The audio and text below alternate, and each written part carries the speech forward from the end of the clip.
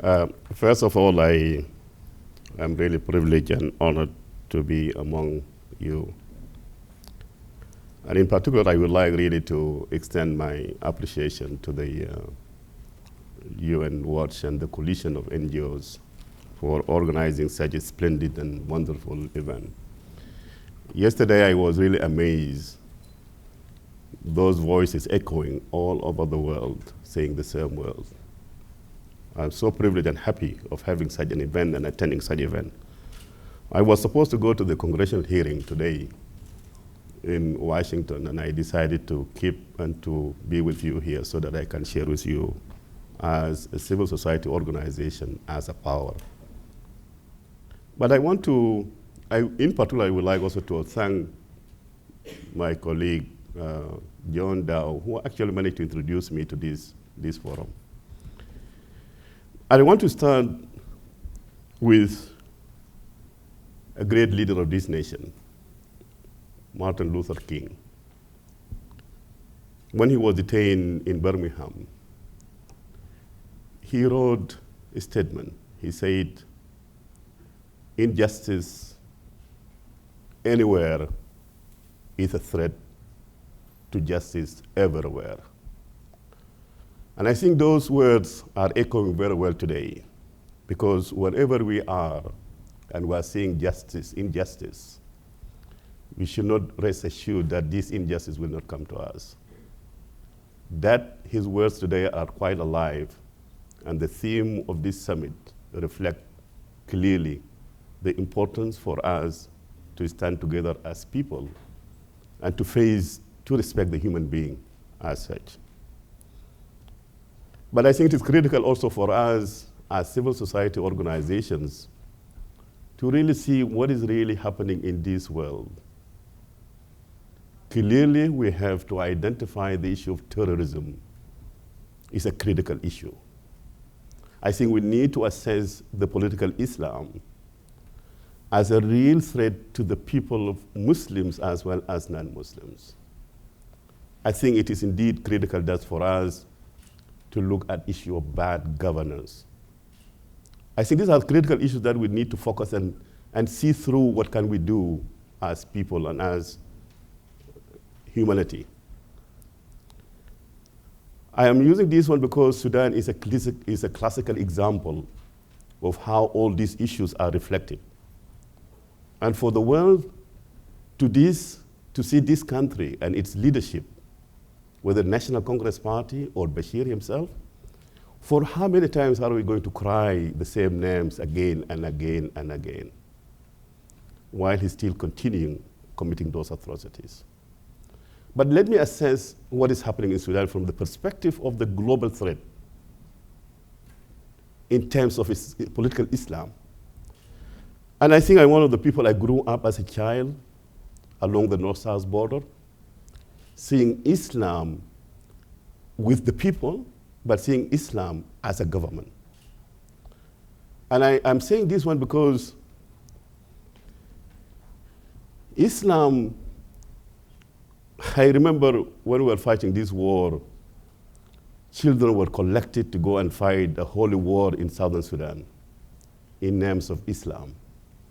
Some were even given keys to go to heaven, because if they fought this war in southern Sudan, that's the way, the corridor to go to heaven. And we're telling them, look, if actually the gate of heaven supposed to be in southern Sudan, we would have not found us here, would have gone. But this is how the people have been using children and people in names of Islam. And I think one of the very important things is that people to know it is this country, the same leadership we are talking today, actually groom and nurture Bin Laden and any terrorists you are talking about, again, in the name of Islam. And at the same time, this is the country that if you see persistent and consistent pattern of atrocities committed against black Africans in that region. And even those who are talking Islam today in Sudan, in fact, the first Islamic state started in the kingdoms of Funj. That's the Blue Nile we'll be talking about. and even in Darfur. And if there are people who are so committed to Islam, these are the very people we are seeing in Darfur and in these areas. And the cliques in Khartoum are using the religion in order to maintain power. But I think the real question is that the political Islam is a real threat. What we are seeing in the Arab world today is a reflection of some of these things. And I think, for me, and I believe whether Islam will learn from Christianity, being a Christian, I know the history of Christianity and how the separation of state and religion is so helpful. And what we are seeing now, the prospect that we are seeing is because of these things. There are some people still believing that political Islam could be used against the people. What are we seeing in Sudan today? These are Muslims who are really suffering. The Darfurians are the ones suffering today. As we talk now, even in Nuba Mountain, South Sudan, the same Muslims are suffering. And there's no way for these leaders to continue using Islam in order to inflict the atrocities against their own people. And that's a question that we may need to reconsider and see clearly. And for the uprising and the consciousness from the Islamic State and the leaders of the state to come up and then to stand against this political Islam, that's becoming a real threat to humanity, a threat to the global security. But let me go to my country, South Sudan. I'm one of the people who contributed in this struggle for us to have a better Sudan. And before that war, a liberation war, to have a Sudan of diversity, a Sudan whereby we have a tolerance for religion, a Sudan that we can be proud of. And we fought that war, and eventually we managed to have a comprehensive peace agreement. That agreement for us was a hope for building that new Sudan. The fundamental achievement of this CPA is to redefine what is called Sudan. A Sudan of diversity is not a Sudan based on one religion, one race. And we achieve in getting that one into the constitution. But importantly, a Sudan that we should look to our history in a healing process so that we can forgive ourselves. But importantly also for the people of Southern Sudan to have a choice of this united Sudan. And the people of Nuba Mountain, Southern Blue Nile, to have what is called public consultation so that they can govern themselves by themselves. And for the people of ABA, this is an area that is good that John talked about. This is an area, it was part of the South. In 1905, it was transferred from the South to the North because of the slavery raids by the Arab tribes.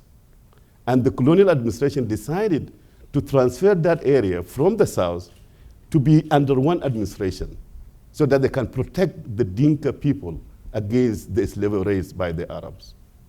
That's the area I'm talking about. In that agreement, they were given the chance in a referendum to make a choice whether they should be in the South or in the North. That's the agreement myself, I committed myself to it. And that's why I was in the government. And then I went and became a government at the national level. Because of those commitments that I decided to be in that government. Because the SPLM are the political party. Then what happened afterwards? The regime started changing and it started not respecting this agreement. And it took us a lot of efforts even for them to accept the referendum for the people of Southern Sudan. But even after that one, because there's a myth here, some people, they believe that having an independent Southern Sudan, that is the end of the whole thing. As John said, no. The CPA, the Comprehensive Peace Agreement, is unfinished business. The Comprehensive Peace Agreement, the objective was to have two viable states, in the North and the South, and the people of Nuba Mountain, people of Blue Nile, to exercise that right of popular consultation. That did not happen. The people of ABA did not even have the referendum. So CPA is not finished. So in actual fact, we failed to have a referendum for the people of ABA. Instead of having the referendum for the people, Bashir, with his all might, invaded ABA. I went to ABA immediately after the invasion. I saw thousands of people, children, moving because of action of one person. And as we talk today, almost 2 to 3 people dying daily daily because of malnutrition and no access to the services. I just talked to the people from Southern Kordofan just now, and they said totally they have actually dropped about 494 bombs in Southern Kordofan. Almost about 50 people killed, not less than 100 people actually injured. The global acute malnutrition rate is getting to not less than 14%. And we have about acute malnutrition in these areas about not less than 4.7%. So people are dying because of actions of one person. And that person is nothing but is Omar al-Bashir and his regime. And what we are saying, and that's why I resigned, when I saw these things happening, I wrote to him, and my letter is here. I said, Mr. President, I committed myself to serve this nation because of our commitment to the values that we agreed upon in the Comprehensive Peace Agreement. What am I seeing today? You invaded Abyei, a barbaric action in Darfur, and what we are seeing also in robbery of election in Southern Kordofan, and you started waging a war even in these areas. I said, Mr. President, you're becoming a liability not to the Sudanese people, but you're becoming a liability to humanity. And I said, you will be remembered. And I said,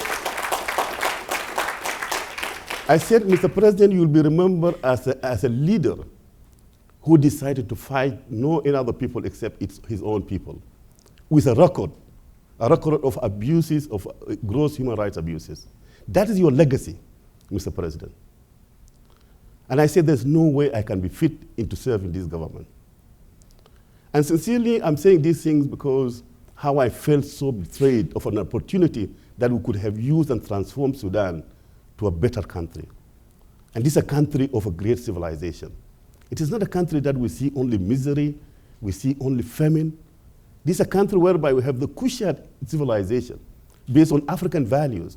And we developed to be one of the most successful civilizations in the continent. To the level we contributed massively to the Egyptian civilization coming from the African of Southern Sudan, African of Sudan. That's the Sudan we know. And the Sudan we have today, with political Islam, had reduced us to nothing but to cry out every now and then. Now, maybe I don't want to talk a lot, but I want to see what are the real key issues, what are our dreams.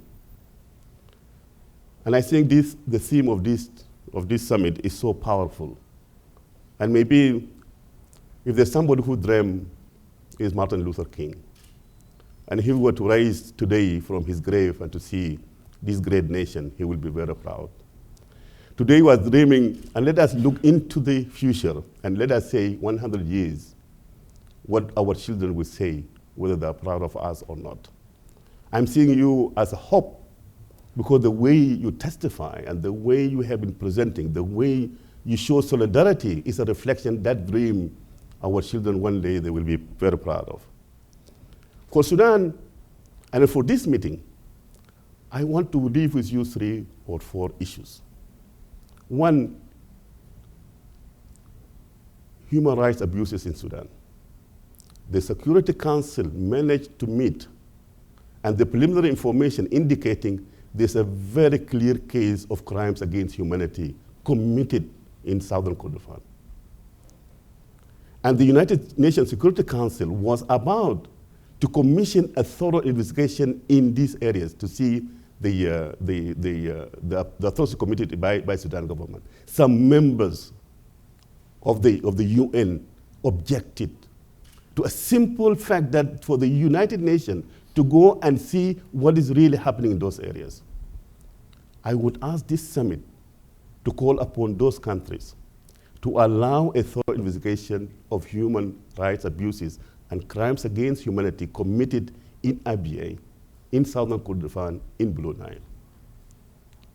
Second, and as mentioned by John and Adib, a very consistent pattern. We are losing not less than 4 million people in this country by an action of few people that we allow them to do whatever they want to do. These are the people indicted. It is very important for this summit to affirm the importance of the International Court of ICC court, and whether they were to stand together to support this court so that they can arrest and to bring to books these people who are committing all these atrocities. Third,